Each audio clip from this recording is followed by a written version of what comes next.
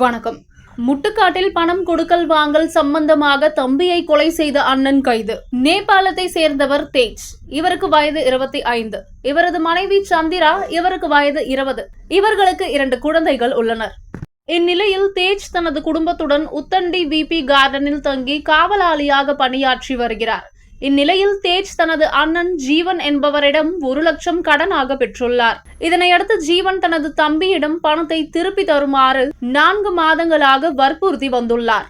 இந்நிலையில் ஜீவன் தனது மனைவி பாவனாவுடன் கடந்த 3 மாதங்களுக்கு முன்பு நேபாளில் இருந்து சென்னை வந்து முட்டுக்காடு பகுதியில் உள்ள தனது நண்பர் நரேஷ் என்பவருடன் தங்கியுள்ளார். இந்நிலையில் நேற்று இரவு ஜீவன் தொலைபேசி மூலம் தனது தம்பி தேஜை தொடர்பு கொண்டு தான் தங்கியிருக்கும் வீட்டுக்கு வருமாறு அழைத்துள்ளார்.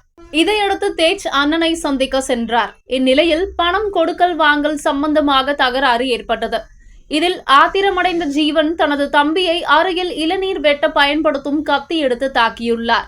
இதில் தேஜுக்கு விலா எலும்பு மற்றும் இடது நெஞ்சு பகுதியில் பலத்த காயம் ஏற்பட்டு இரத்த வெள்ளத்தில் மயங்கி கீழே விழுந்தார்.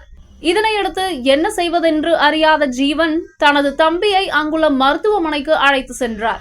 அங்கிருந்த மருத்துவர்கள் பரிசோதித்ததில் தேஜ் இறந்து விட்டதாக தெரிவித்தனர். தகவல் அறிந்த கானத்தூர் போலீசார் சம்பவ இடத்திற்கு விரைந்து வந்து பிரேதத்தை கைப்பற்றி பிரேத பரிசோதனைக்காக ராயப்பேட்டை அரசு மருத்துவமனைக்கு அனுப்பி வைத்தனர்.